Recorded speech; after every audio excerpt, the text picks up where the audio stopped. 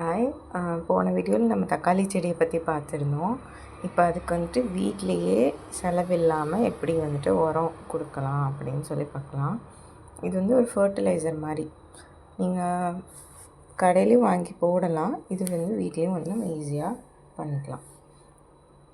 அதுக்கு வந்து நான் அந்த வாழைப்பழம் தோல் இருக்குது இல்லையா, அதை வந்து 2 நாள் நல்லா தண்ணியில் ஒரு 1/2 லிட்டர் தண்ணியில் ஊற வச்சுருக்கேன்.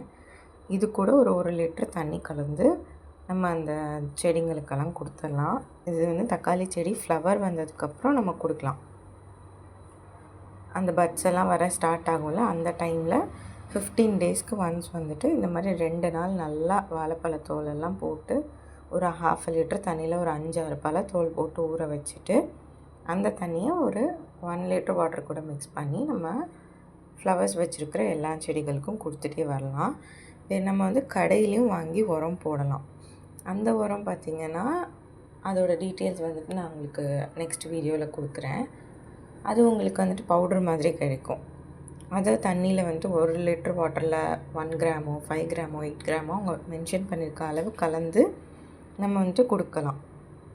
ஆனால் நம்ம வீட்டிலே வந்துட்டு ஈஸியாக ஃபர்டிலைசர் ரெடி பண்ணணுன்னா இது ரொம்ப நல்லது. வாழைப்பழத்தோலில் வந்து பொட்டாசியம் இருக்கும். இந்த ஃப்ளவர்ஸ்க்கு சரி, எல்லா காய்கறி பழங்கள் எல்லா செடிகளுக்குமே இந்த உரம் வந்துட்டு கொடுக்கலாம். நிறையா வந்து காய் பிடிக்கும். உங்களுக்கு வந்து அந்த ஃப்ளவர்ஸ் வந்து உதிராது. அதுக்காக தான் இதை வந்து நான் இப்போ மிக்ஸ் பண்ணிவிட்டு காட்டுறேன். இப்போ அந்த பழத்தோலெல்லாம் எடுத்துட்டேன். இப்படி தான் இருக்குது. இதில் ஒரு 1/2 லிட்டர் தண்ணி வச்சுருக்கேன். இது கூட ஃபஸ்ட்டு வந்து நம்ம மிக்ஸ் பண்ணிக்கலாம்.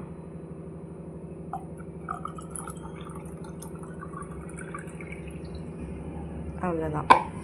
இதுலேயும் நம்ம தண்ணி பிடிச்சிக்கலாம். இப்போ நம்ம இதுலேயும் தண்ணி பிடிச்சிட்டோம். இதுலேயும் ஃபுல்லாக இருக்குது. இதை வந்து நம்ம செடிங்களுக்கு கொடுத்துக்கலாம். ஃப்ளவர்ஸ் வைக்க ஸ்டார்ட் ஆனதுலேருந்து இது நீங்கள் கொடுத்துட்டு வந்தீங்கன்னா நிறையா வந்துட்டு உங்களுக்கு ஃப்ளவர்ஸ் வந்துட்டு வரும். அதே மாதிரி காய் உதிராமல், பூ உதிராமல் உங்களுக்கு காய் பிடிக்கும். பாருங்கள், இந்த செடிக்கு தான் இப்போ நம்ம இதை கொடுக்க போகிறோம்.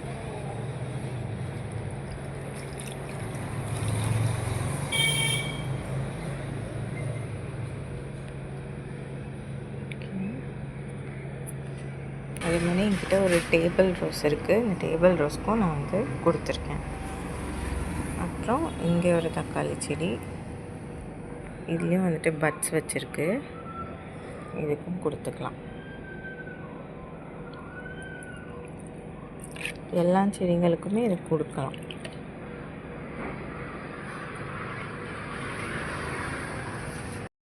அதே மாதிரி தக்காளி செடியில் பார்த்திங்கன்னா இந்த மாதிரி இலையெல்லாம் நம்மளுக்கு வேண்டாம். இதெல்லாம் நம்ம வந்து பறித்து போட்டுடலாம்.